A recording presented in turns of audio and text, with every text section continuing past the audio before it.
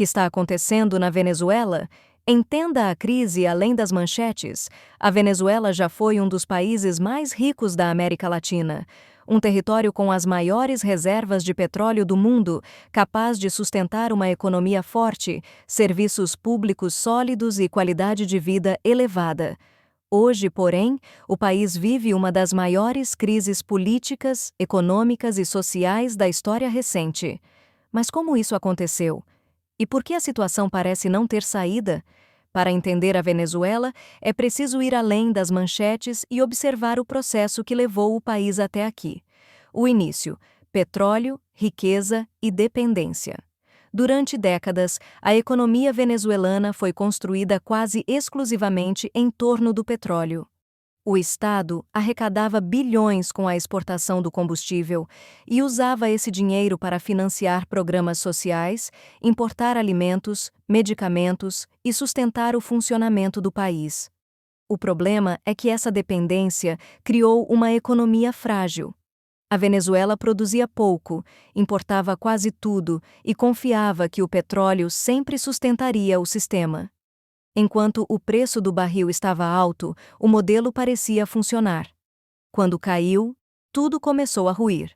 A chegada de Hugo Chávez e a promessa de mudança.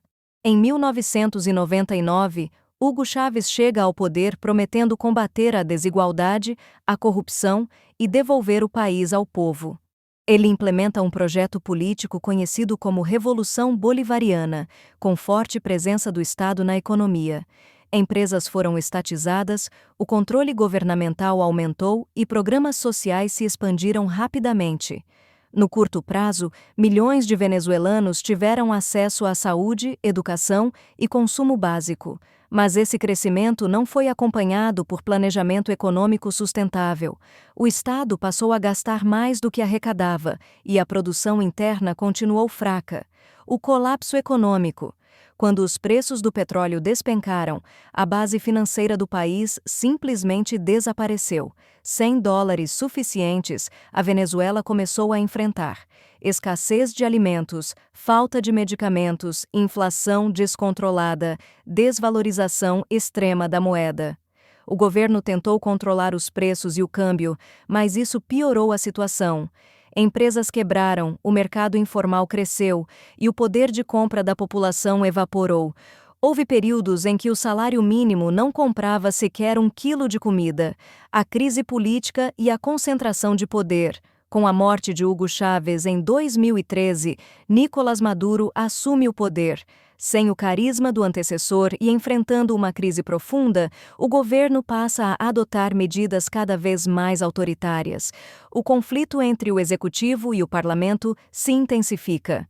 Instituições são enfraquecidas, eleições passam a ser questionadas e opositores políticos são presos ou exilados. A comunidade internacional se divide. Alguns países reconhecem o governo de Maduro, outros o acusam de autoritarismo e fraude eleitoral. Esse impasse político paralisa qualquer tentativa de solução interna. Sanções internacionais. Causa ou consequência? Um ponto central do debate são as sanções econômicas impostas por países como os Estados Unidos. O governo venezuelano afirma que as sanções são a principal causa da crise. Já críticos dizem que elas agravaram uma situação que já estava colapsando. A verdade é que as sanções dificultam exportações, bloqueiam recursos e reduzem ainda mais a capacidade do Estado de importar itens básicos, afetando diretamente a população. A crise humanitária e o êxodo.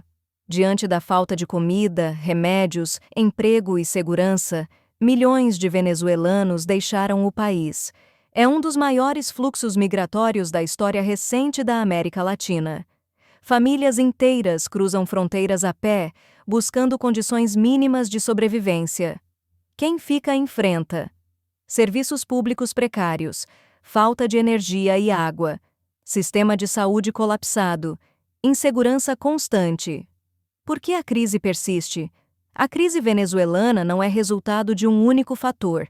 Ela é fruto de uma combinação de dependência extrema do petróleo, má gestão econômica, concentração de poder político, conflitos institucionais, sanções internacionais. Enquanto não houver diálogo político real, reformas econômicas profundas e reconstrução institucional, o país permanece preso em um ciclo de colapso. Conclusão: além da ideologia.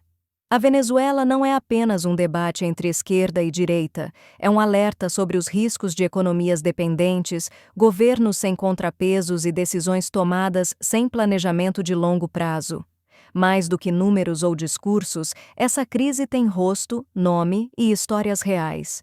Milhões de pessoas tentando sobreviver em meio ao colapso de um país que tinha tudo para dar certo. Entender a Venezuela é entender como decisões políticas e econômicas moldam o destino de uma nação inteira.